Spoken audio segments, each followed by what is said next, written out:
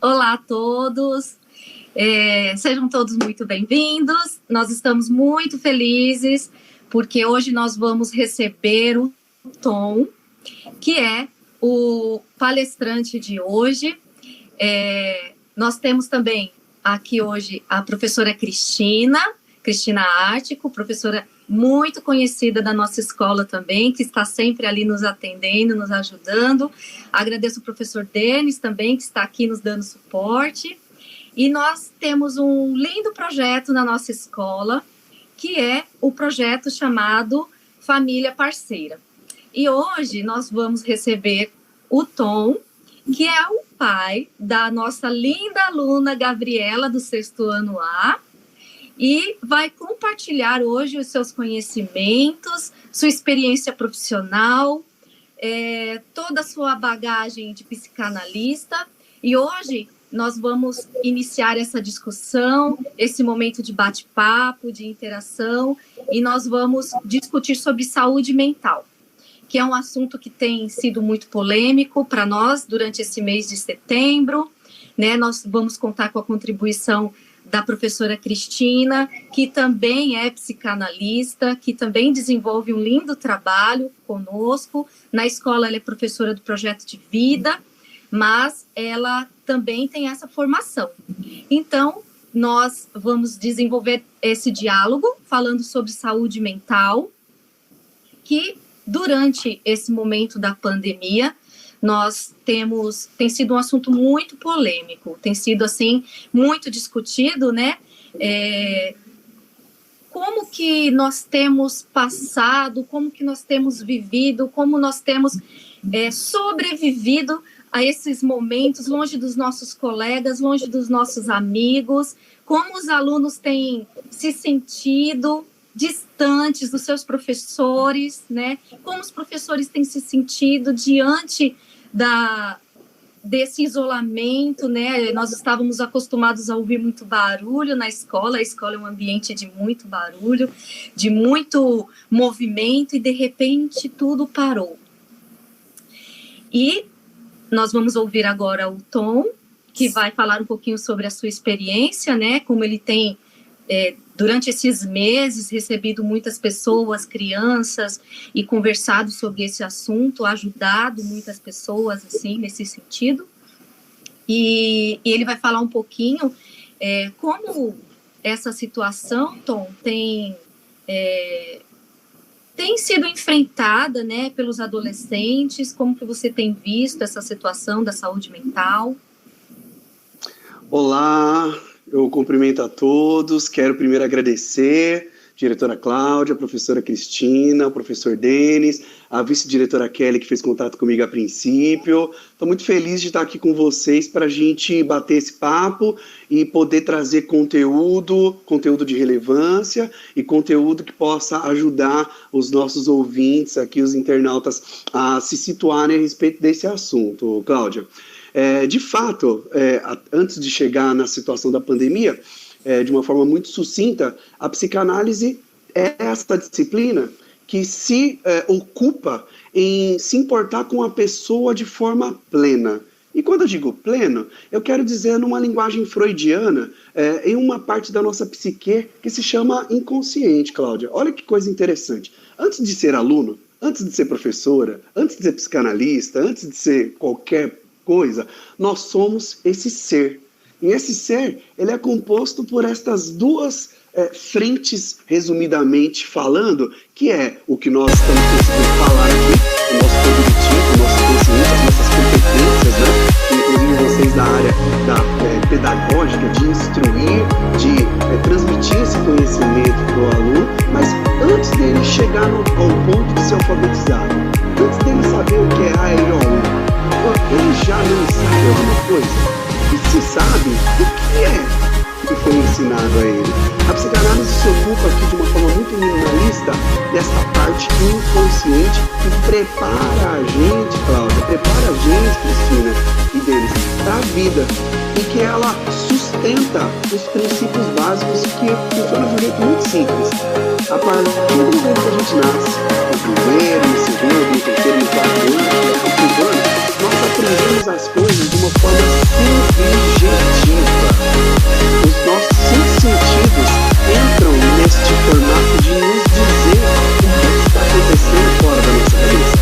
Eu vejo minha mãe, eu vejo meu pai, eu vejo os meus irmãos e as pessoas que vivem comigo, e eu começo a aprender o que é mãe, o que é pai, o que é comida, o que é bebida, o que é dormir, o que é banheiro. E estas informações iniciais, elas vão dando para a gente subsídio, e nós vamos pouco a pouco introjetando em nossa psique, de uma forma que, ainda que eu não tenha código, ainda que eu não tenha uma palavra, um alfabeto, ainda que eu não tenha números, eu consigo saber, através da expressão da minha mãe, do tom de voz do meu pai, do barulho, como você disse a respeito da escola, o clima que está acontecendo ao meu redor, e me situar, e me localizar. A parte mais interessante é que isso vai me estruturar como ser humano para toda a minha vida. E tudo aquilo que vai vir a partir de então,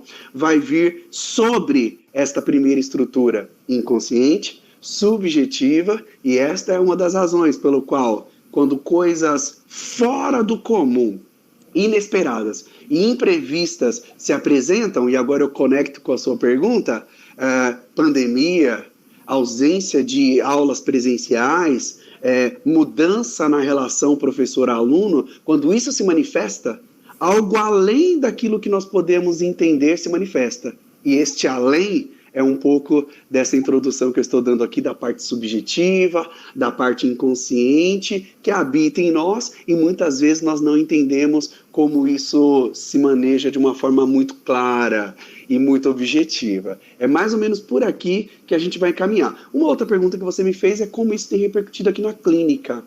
Eu atendo tanto crianças de 5, de 6 anos, adolescentes, também pessoas adultas e até pessoas de terceira idade.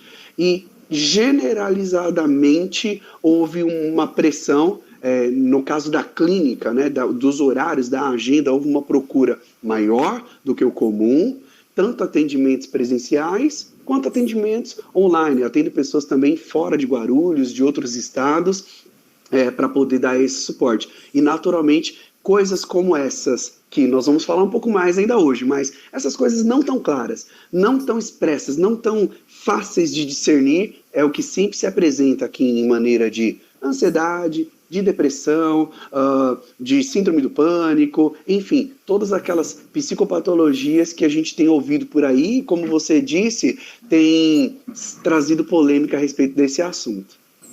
Ô Tom, saúde mental é uma coisa nova, que parece uma coisa da moda, né?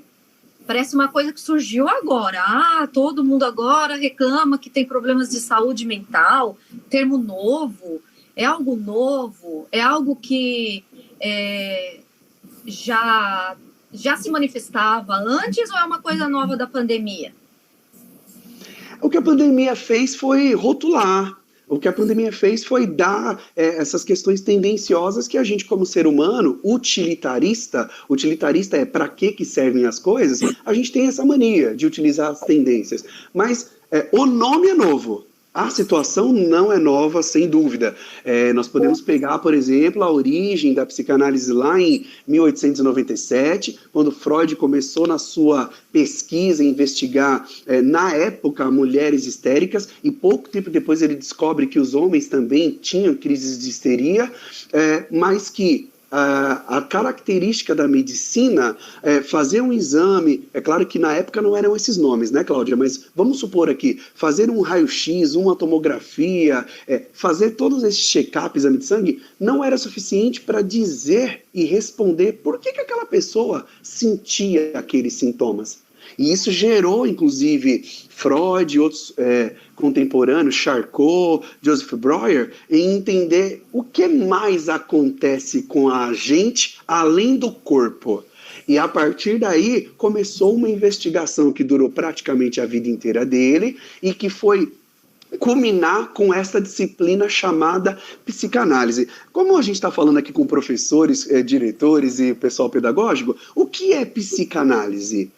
Psique vem da tradução de mente ou de alma, de grego e hebraico, e análise é um termo químico, que é diluir em partes menores. Se a gente fizer um paralelo com isso e também trazer o que é psicologia, nós vamos entender que logia vem de estudo, do grego, e psique também de alma ou de mente. Então, psicologia estuda a mente e a psicanálise analisa esta mesma mente. Então, sem dúvida, não é nada novo. Já há uns bons anos e décadas a gente vem falando, estudando e pesquisando sobre esses fenômenos da psique, já bem difundido, a clínica psicanalítica em todo o mundo está muito bem estruturada. O que está acontecendo é que a demanda por causa da pandemia tem sido maior. E, naturalmente, o mercado que regula todas as coisas favorece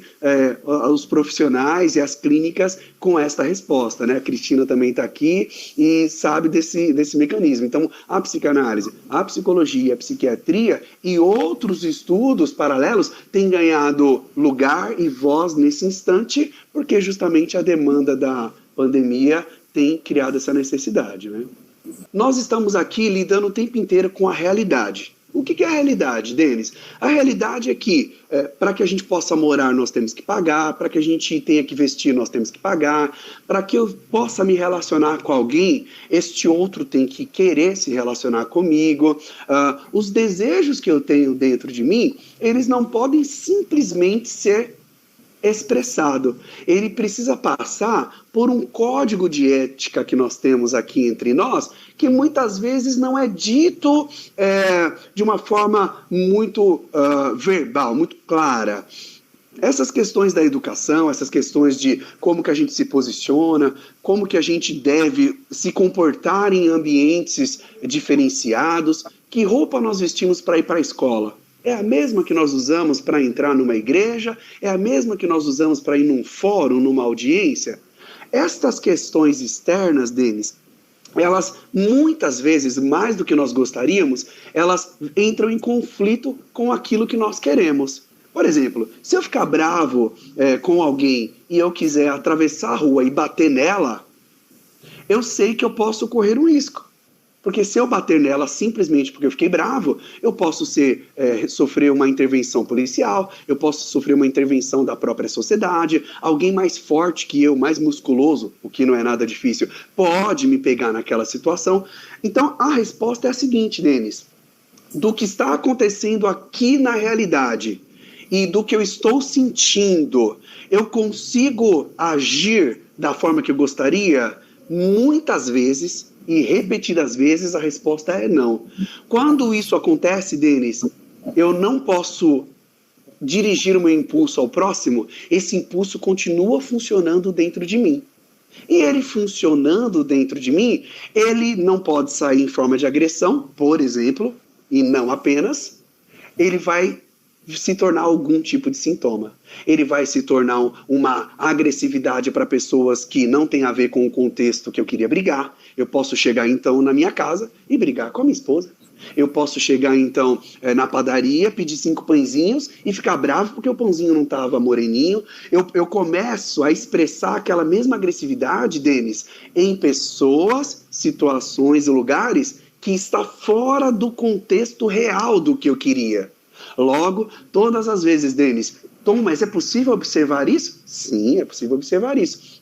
Se nós estamos aqui numa dinâmica e eu me comporto de uma forma totalmente incoerente com o que nós estamos falando, estamos propostos e de acordo aqui, há alguma coisa que age em mim ou em você que está fora desse contexto. E este algo é que a psicanálise vai se ocupar em investigar, e é o que você disse, não necessariamente, e graças a Deus que nós já estamos entendendo essas coisas, isso tem a ver com loucura, mas isso vai ter a ver com as nossas construções. Quando eu aprendi a ser gente, a ser criança, o que era agressividade para mim? Será que era normal? Porque eu vi durante 5 anos meu pai chegar em casa bravo, Ou será que é anormal justamente porque nunca alguém estava bravo perto de mim e agora eu me reconheço um estranho diante dessa situação, Denis? A partir daí, tanto eu quanto alguém consegue, no mínimo... E aí, o que está acontecendo, Denis? Você está bravo? Você está um pouco desconfortável? E aí começa-se o problema, porque como nós estamos falando de uma parte, de uma esfera inconsciente, posso até dar um nome virtual, não dá para pegar, não é tangível. As discussões sobre sou normal, não sou normal, é loucura, não é loucura, tomam o lugar desnecessário daquilo que de fato a gente poderia tratar, que é chamado de neurose, um conflito dentro da nossa psique. Espero ter respondido uma parte, pelo menos. Eu gostaria de fazer um parênteses aí, eu acho que o microfone do Denis está desligado. Você mesmo colocou que está tendo muita procura em relação à questão de ansiedade, né? E eu vejo que, assim, eu costumo colocar que a ansiedade é como se fosse uma areia movediça. Quanto mais você se bate, mais você afunda, né? Então, assim, existe uma ansiedade que a gente pode chamar que ela seja uma ansiedade mais tranquila, que faz parte realmente da vida do ser humano. E, assim, o que é legal a gente dar de dica para o pessoal que está nos assistindo? Sim, eu gostaria de falar, Tom, gostaria de perguntar para você a respeito da rotina escolar. Você acha que com toda essa mudança, a questão de sair do presencial para o estudo online, você acha que isso é uma questão que possa causar o estresse? E o estresse vir a ser um agravante e chegar a um caso assim, como depressão, que nós temos ouvido muito isso entre as crianças. E você acha também que criança sofre de estresse? Legal, Cláudia. Ótima essa pergunta e bem coerente com o momento que nós estamos vivendo, né? Olha que coisa interessante. Nós somos um ser que levamos esse tempo aí no início da nossa vida para a gente aprender coisas básicas, Cláudia.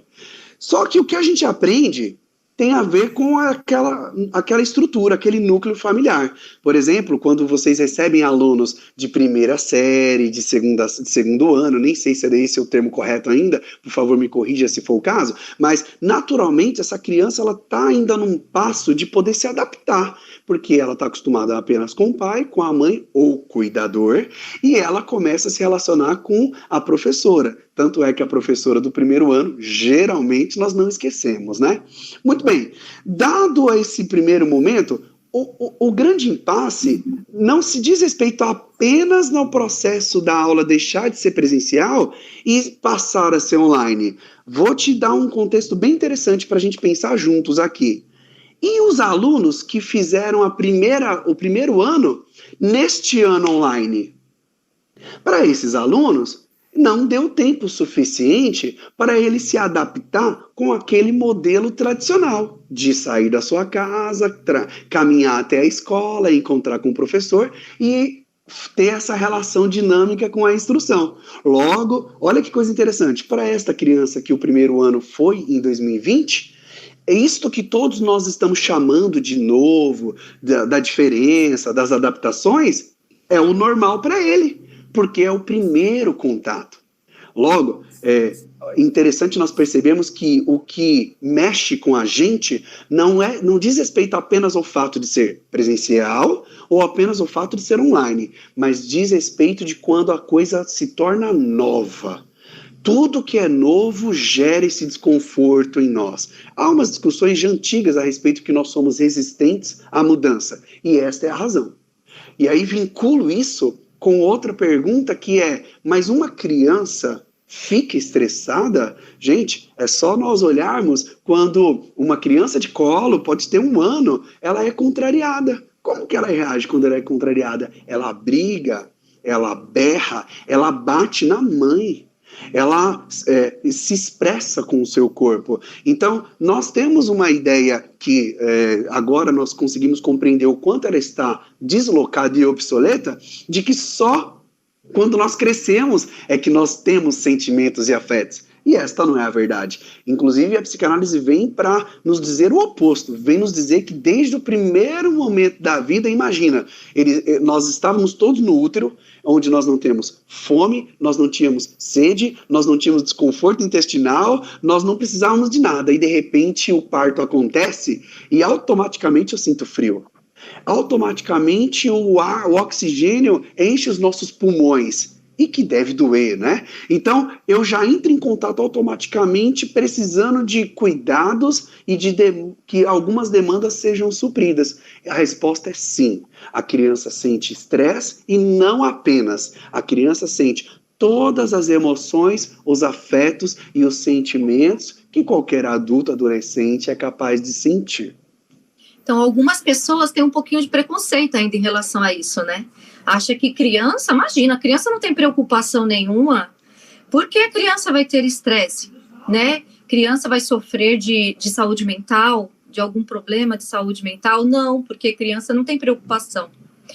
Nós ouvimos muito isso. Como que você acha que os pais podem lidar melhor com essa situação, apoiar os seus filhos nas suas rotinas, na rotina escolar e observar, né, quando a criança manifesta algum comportamento estranho? Esses dias estava um pouco mais frio, a temperatura, e aí eu percebi que a minha filha estava dormindo mais do que o normal. E aí, no primeiro instante, eu falei, vou esperar, de repente é uma coisa fora do comum. Passou um dia, eu percebi que ela dormiu um pouco mais. No terceiro dia, eu me preocupei.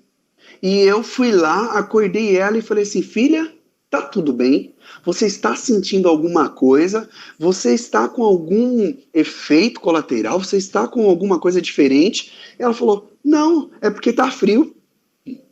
E tá gostoso aqui onde eu tô dormindo. E aí eu fiquei mais tranquilo. O que eu quero dizer com isso, Cláudia? Eu quero dizer que o mais importante como pais é a gente tentar fazer um exercício no sentido de que nós não somos iguais. E isso é uma das formas pesadas que nós temos que lidar com o cotidiano. Esse padrão de ser igual, esse padrão de ser igual ao meu irmão mais velho, esse padrão de ser igual ao meu primo, esse padrão de ser igual ao vizinho, né? Essas questões que nós temos um costume muito esquisito de achar que todos nós deveríamos seguir os mesmos critérios, aprender do mesmo jeito, lidar com as questões da mesma forma, é que dificultam os processos. Todas as crianças têm que tirar boas notas. Todo mundo tem que tirar 10, né? E ninguém pode tirar uma nota ruim, nem que seja de vez em quando. Então, o importante para os pais é se perguntarem assim, escuta, mas tem algum problema ele tirar 8,5? Tem algum problema se um dia ele não está muito bem para estudar? Realmente é um problema? Ou eu, como pai, estou me sentindo deslocado, estou me sentindo constrangido porque ele não atendeu a minha expectativa? Porque aqui a psicanálise vai nos ajudar de outra forma, Cláudia. Muitas vezes há um mecanismo onde os pais, com uma história de vida muitas vezes sofrida, economicamente precária, marginalmente localizada e que conseguiu, através de muito trabalho, competência e esforço, transformar essa realidade. E quando eles transformam essa realidade e oferecem para os seus filhos mecanismos e oportunidades superiores e mais sofisticadas do que a que eles tiveram, eles ficam com essa sensação de que agora eles precisam ser gratos e felizes de uma forma plena. E nós não somos felizes plenos nunca, a não ser que a gente acaba de comer na hora do almoço e pergunta assim, o que vai ter para janta? Ou seja, mesmo satisfeitos com o almoço, a gente quer saber o que vai comer mais tarde. E se nós somos insatisfeitos de uma forma contínua, uma criança também pode ter. Então, investigar, perguntar mais, mas não perguntar do jeito protocolar. Eu perguntar com intenção de ouvir. Porque se a criança percebe que é só protocolo e só pergunta, falando o nosso popular aqui, para inglês ver, a própria criança vai negar porque ela sabe que aquele pai está na correria, está saindo para o trabalho, não vai dar o ouvido e a atenção suficiente e ela mesma não vai ter coragem de se expressar. A Cris também, nós estávamos conversando nos bastidores sobre a questão da expectativa dos professores nesse novo normal, né, Cris? Comenta aí. Sim. Os professores nesse novo normal, seria na questão dos alunos assistirem aula virtual, é isso, Cláudia? Isso. Então, nós percebemos, assim, que nós estamos à distância e nas nossas aulas, a gente tem a sala de aula e os alunos, muitas vezes, não respondem, né? Oralmente, a gente percebe que eles estão aí, mas eles não dão o retorno que às vezes a gente precisa. Então, a gente questiona, a gente pergunta e a gente não tem o retorno. O que eu tenho observado é que isso tem causado uma certa angústia em relação aos professores que esperam esse retorno do aluno. E esse aluno não retorna, tá? Dá a impressão que ele está ali, mas não está. Então, assim, tem causado uma angústia em relação aos professores. Como lidar com essa angústia desse não retorno, que presencialmente, talvez, tem alunos que não retornem, mas você sempre tem aquele que te fala alguma coisa. E, falando com a máquina, nem sempre eles retornam. É isso. Legal. Aqui tem dois movimentos, né? O primeiro movimento, só para concluir na visão do aluno, naturalmente, o aluno que já era inibido presencial, ele não mudou a sua personalidade online. Nem um aluno desinibido. Ele também, provavelmente, é uma pessoa que interage mais, que responde mais na parte online.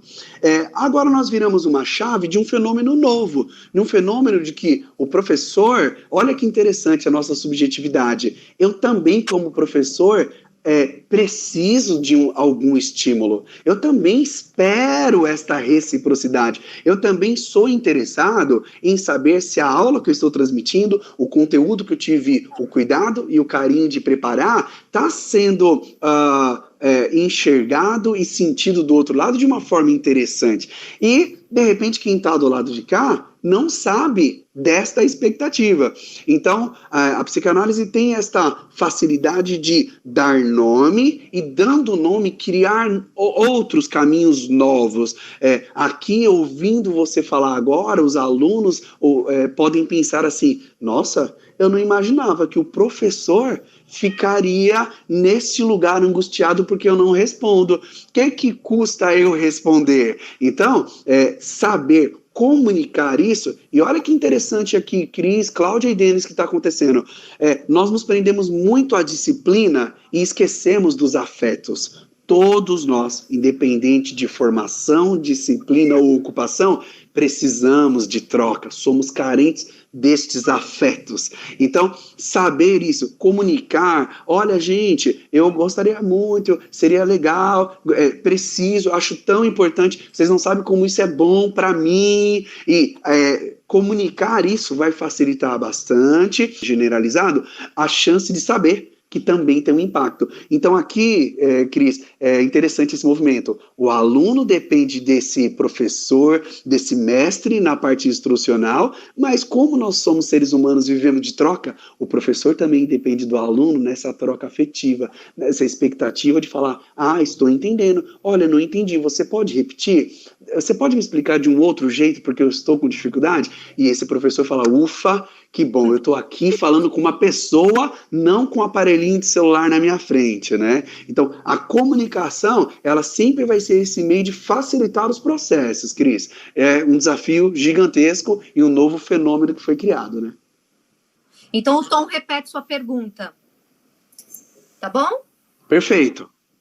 Vamos lá. Repetindo a pergunta do Denis foi, quando este distanciamento acabar, dependendo da forma do que será o acabar, nós sofreremos o impacto deste distanciamento, inclusive na fase da juventude, da adolescência, quando aquilo que estamos dando um nome de novo normal chegar, nós teremos resquício desse processo, psiquicamente falando? A resposta é sim, com certeza. Por quê? Porque todos nós temos traços de memória. Esses traços de memória é o que faz a gente lembrar de ontem, lembrar do ano passado, lembrar de 5 anos atrás. Por exemplo, se eu digo aqui para vocês nessa palestra, como que vocês se sentiram quando o Brasil perdeu a Copa para a Alemanha, né, de 7-1? E eu dou esse tempinho, gera em vocês aquele traço de memória e cada um pode se recordar daquele dia. Assim como, da mesma forma, quando nós avançarmos de estágio aqui para o que nós estamos vivendo na pandemia, de fato, aquilo que nós não podíamos fazer, nós com certeza vamos valorizar mais.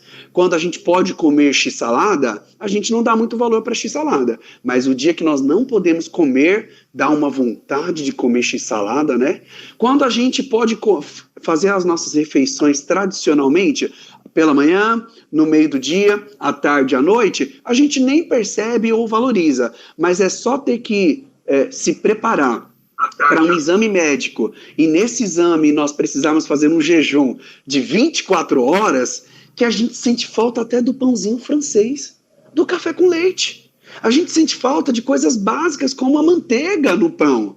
Então nós somos esse ser que, por causa da nossa memória, quando algo nos é tirado, esse luto se manifesta e a gente começa a perceber que faz falta. Então, naturalmente, as grandes tendências é a gente ter um excesso das questões das relações, excesso de aglomeração, excesso de coisas sociais. Por exemplo, é uma tendência agora, quando isso acabar, grandes festas, festas de família, festas em buffet. Se já tinha mêsversário antes, agora vai ter semana-versário. A gente já vai comemorar semanalmente para a gente se encontrar. A gente vai criar dispositivo, por quê? Porque vai estar fresco na nossa memória tanto tempo que a gente ficou longe, precisou se afastar e não queria, e não foi bom essa experiência. Então, com certeza, teremos frutos. Como ele vai desencadear ainda não é sabido, mas sem dúvida teremos frutos disso sim, Denis.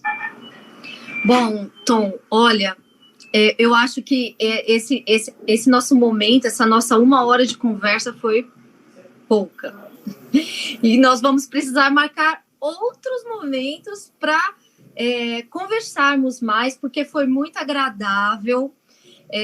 Eu tenho certeza que os alunos ficaram com gostinho de quero mais. Nós tivemos um probleminha aí com o áudio, mas eu tenho certeza que na próxima nós não teremos... Vai estar tudo perfeito, porque nós estamos aprendendo, né? E toda essa mudança, ela não foi só com o aluno, não foi só com os pais, com os professores também, né? Nós sofremos com essa mudança. E o que eu posso falar da escola é que nós estamos muito felizes, que nós estamos aprendendo muita coisa nova. E eu tenho certeza que o retorno vai ser muito positivo, né? Nós precisamos olhar com um olhar positivo para tudo que está acontecendo e agradecer pela nossa vida. Agradecer porque nós passamos por uma pandemia, né, com vida e lamentar pelas perdas, mas agradecer pelo momento de hoje, pelo dia de hoje e por cada situação que nós vivemos durante toda essa experiência que nós tivemos. Eu agradeço muito a sua participação. Vou passar a palavra para a Cris também, vou dar a palavra final para você. O Denis, eu acho que está com probleminha no áudio. Cris? Tom, eu quero agradecer a sua participação com a gente, tá? Foi muito proveitosa a nossa conversa hoje. Eu acredito que os alunos também tenham aproveitado bastante, os professores, quem está assistindo, e realmente, como a Cláudia falou, ficou com gostinho de quero mais, tá? Sim. Muito obrigada Cláudia, Denis, por esse momento de a gente estar passando juntos, tá bom? Eu gostaria que você mandasse um recado, que você deixasse a sua palavra final, né? Pode fazer uma apresentação do seu trabalho, divulgar o seu trabalho, porque esse é o objetivo dessa parceria. Eu gostaria de colocar à disposição que outros pais que queiram participar conosco também fazer uma divulgação do seu trabalho, né, de como desenvolve o seu lado profissional, né, que são exemplos, né, para os seus filhos, e deixar um recado para nós, né, de como que nós podemos lidar com essa situação do retorno, que ficamos na dependência do município. Dá um recado para nós, deixar um conselho para nós, e antes da gente encerrar. Legal. Primeiro, eu sou psicanalista, minha clínica está pertinho de vocês, eu fico aqui no Lago dos Patos, do lado aqui desse restaurante novo que abriu, na Praia do Lago. Eu atendo aqui crianças, adolescentes e adultos, de terça a sábado. Tenho uma rede social, Tom Marcel Psicanalista. Todos os dias publico conteúdos em escrita, em vídeos e em textos. Fiquem à vontade. Fico à disposição de vocês se quiserem conhecer mais sobre esse trabalho e seguir em frente sobre esse processo. Agradeço, Cláudia, Cristina, Denis, a Kelly, por esse espaço, por poder me convidar, me senti muito prestigiado, honrado por poder compartilhar e dividir esse tempo com vocês. Foi muito bom poder falar e compartilhar um pouco de como a psicanálise pode ajudar nesse processo. E eu finalizaria dizendo o seguinte, nós temos a oportunidade de nos amar. Nós precisamos nos amar, não no sentido romancista, mas no sentido real. Levar a sério as coisas que nós estamos sentindo dentro do nosso coração e da nossa mente, de forma que a gente consiga entrar em acordo com elas e viver de uma forma que tenha mais sentido para nós mesmos. Às vezes isso acontece em casa, às vezes acontece na relação com o outro, na igreja, na oração, na sociedade, no futebol, não importa. Um recado e uma palavra que eu deixaria é: o que você precisa fazer para você ser feliz? Incentivo você a buscar e responder a sua própria pergunta, e vai ser um prazer estar com vocês em outra oportunidade aqui. Cláudia, muito obrigado. Muito obrigada, Tom, em nome da escola. Manda um beijo para a Gabi. Pode deixar, darei sim. Obrigada em nome da escola, e para os outros pais também, nós estamos à disposição a desenvolver esse projeto e apresentar outros profissionais da nossa escola como exemplos, né, para toda a nossa comunidade escolar. Muito obrigada, Denis, muito obrigada, Cris, e um beijo para todos os alunos que estão nos vendo. Até logo, tchau, tchau. Tchau. Tchau.